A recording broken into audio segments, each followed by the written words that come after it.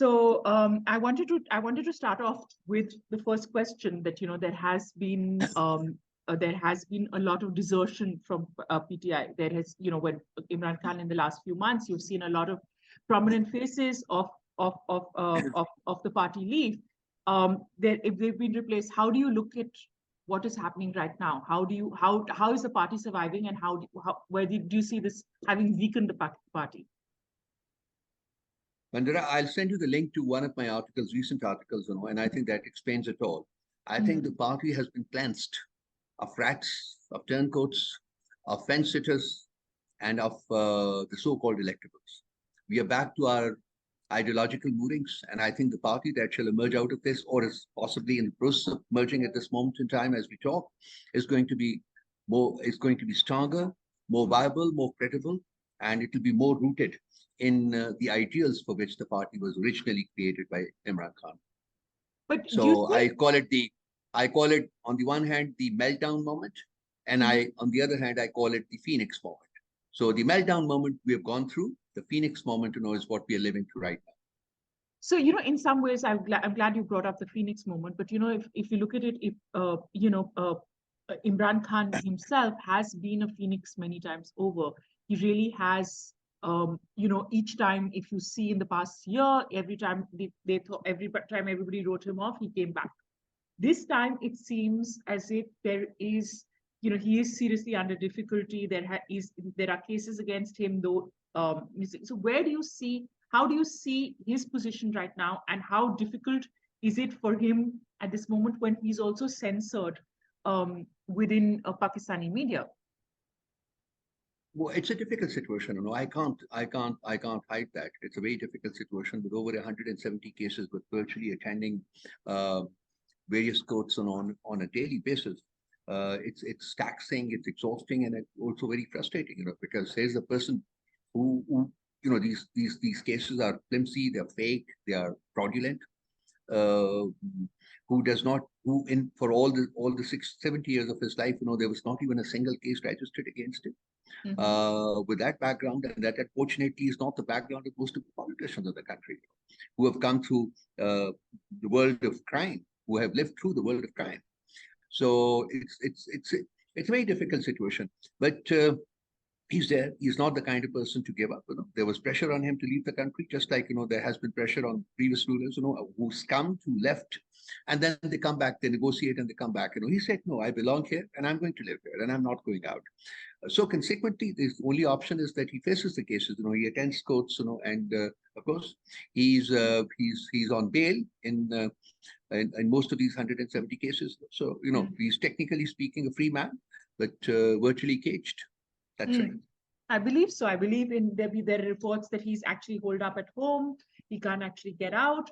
So could you really talk about his situation right now? And also, could you talk really about, the kind of support that he still enjoys? Does he still enjoy popular support? Well, his ratings have continued to grow, have continued to go up. By most of analyses, which have been published in the last 4 to 6 weeks, he stands at about 70% plus, and that was not the case 1 year ago, 1.25 years ago, when he was ousted from power. So his ratings, have gone up, and they continue to go up. So he's by far the most popular politician that this country has produced after the Diet. There's absolutely no comparing him with anybody else, or comparing anybody else with him. He's there. He sits on top. So, and this is primarily, I think, principally because of the fact, that he has been put under this kind of pressure, or he has been subjected to such kind of conditions, and he's being mistreated and mishandled. That is why people are reacting and reposing, additional confidence in his leadership and want him to come back. You also sorry. He's also in the last few months really looked up the international pressure there is, from the point of time when he was, there had been negotiations. I think that, just before he was arrested, he was actually talking to British diplomats, and, the electricity was cut off. This was before the June thing. Then now in the IMF, when they the delegates came, they also chose to consult with him. How do you see his position outside Pakistan, and could you make a comparison of him inside Pakistan in terms of the kind of pressures he's facing with? Is he facing from the establishment, for example? No, there's no comparing the two in the sense, that he's free to talk to international media, and I think he does that very often. Virtually, there's a program every evening, so he is getting his message across to the international, through the international media to the world. And it is being well received. There have been two developments. One you talked about, which is the meeting the IMF delegation had held with him. This by itself speaks of his relevance and his power as a political leader. Otherwise, what is the purpose? What is the need? Why did the IMF have to come and consult him? I mean, they're dealing with the government in power, and they could have easily sort of concluded the deal and sort of implemented it. No, they came to him and they said that we want your support. So there was a conditional support extended. He said, this is conditional on the holding of elections as per the constitutional provisions contained. So I am given to understand that the distribution of the 3 billion which has been promised to Pakistan will be along the following lines. 1 billion will be dispersed to this government, so as to carry forth its tasks till the holding of elections, which is going to be till the completion of its tenure, which is on 13th of August next month. Then 1 billion will be given to the interim government, for the purpose of lasting through the period, when it is, taking steps to hold the elections. And 1 billion will be granted to the government which is inducted as a consequence of the elections, so as to tide over the initial financial, things. So this is very important to know. It speaks of his relevance in Pakistan's politics, and it also speaks of a perception which is growing with time that he's the next prime minister of the country.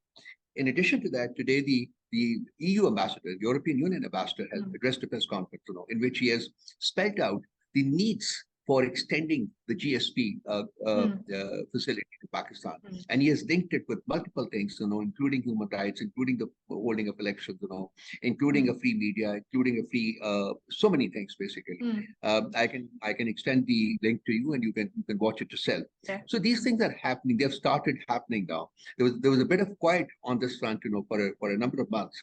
But I think, all countries of the world go through an evaluation period, and I think they have now come to the conclusion that elections must be held in this country, and a government with people's mandate, genuine people's mandate, should come and do that. So if elections are held, and I think the date that everybody seems to be talking about is October, right, around mid-October, do you think elections will be held free and fair, and where do you think that Imran Khan will come back? Will elections be held? It's a fluid situation. It's very difficult for me to make a statement, because my contention is, and most of those people, most of the same voices, they have contended that they will hold elections only when they are certain that Imran has been neutralized. So it was a three-pronged strategy that they launched to neutralize him. One was political neutralization. So they tried to neutralize him politically, which they failed. As I said earlier, his ratings have continued to grow with the passage of time. Number two was physical elimination. So there was one assassination attempts that he escaped, and there were multiple other assassination attempts, which were aborted. And three is now, which is what they have launched now, is to have him implicated in cases, and have him and his party banned from taking part in the election. So I don't know whether this last phase, which we are currently undergoing, is going to work or not. It's a fluid situation, as I said, so whichever way you look at it, basically an election in Pakistan without Imran Khan and PTI will be no election at all, and it is not going to be recognized as such by Pakistan as well as most of the world. So I think they too, well, like I say, it's a fluid situation, but I think the orchestrators of this situation are also in a very kind of a dilemma.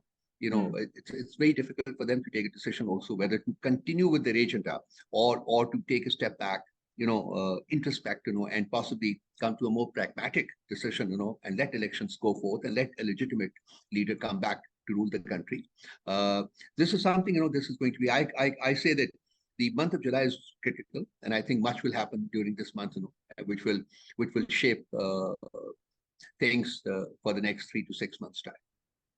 So, one of the aspects you've talked about is, elections and witnessing. I also wanted to talk to you. There is a report of the Pakistan law minister saying that now Nawaz Sharif can come back and fight elections. What is your response to that? Somebody who had been banned, and how do you see that thing? Do you think that is being set up? So we believe in free and fair elections, and we believe that everybody who's eligible to participate should participate, including Nawaz Sharif. So if he's come back on status, welcome him to participate in elections. We're not the ones. We're a political party. We're a democratic party in the ethos of democracy. And we will not like to deny the right to participate in elections to anybody. But it must also be said at the same time that in the last 15 months, that this government has been in power, they have done nothing for the country except to have themselves, excused from being held to account. They have taken self-serving. They've kind of amended laws, rules, regulations. They've passed resolutions, from the floor of the parliament, and the exclusive purpose of all this has been to ensure that they are not held to account for the crimes that they have committed, and Nawaz Sharif is able to come back to Pakistan to take part in the elections. We would still say, let there be elections and let them be free and fair. And this second part is something that I have a very serious doubt about whether they will, if at all, they hold elections. That, as I said, is a fluid situation. But if they actually decide to hold elections, are these elections going to be free, fair, and transparent? By their intentions, it appears that they are in no mood to hold free and fair elections in Pakistan. I also, can I ask you, when you talk about what are the biggest challenges that you see at the moment facing Pakistan, and what are the 3 big challenges that you think are facing PTI and Imran Khan? 2 biggest challenges that Pakistan faces today are economy, number 1. As I said, we are teetering on the brink of default, and this $3 billion package, which IMF has finally allowed Pakistan. This is only going to help us, tide over the immediate need and last till the holding of elections. The other is, of course, the rule of law, which I consider to be the even bigger challenge, the biggest challenge that we've ever faced. You must have seen the collapse of institutions in Pakistan in the last 14 months. Look at the way the judiciary has been assaulted from the floor of the parliament. Look at the way the judges' audios have been released, their videos have been released. They have been humiliated, they've been ridiculed. They have been threatened. It's done. It has been done in the open. Anybody can write a book on this, basically. So it has been absolutely phenomenal. This assault on the judiciary, and simultaneously at a subsidiary level, all other state institutions have also virtually collapsed. So there's no rule of law in this country. There's no justice system in this country, and a country without justice system, without rule of law, absolutely does not even qualify to be called a state. So we are actually at that defining moment in our life, where we have to kind of recreate, we have to go back to the ideals of our creation, and we have to sort of do things in a quickly and in a very balanced way to bring back the rationale of continuing to be dubbed the state, by the world. So these are huge challenges, and anybody who comes will have to face these challenges from day one that he's in the seat of power. So at this moment in time, I feel that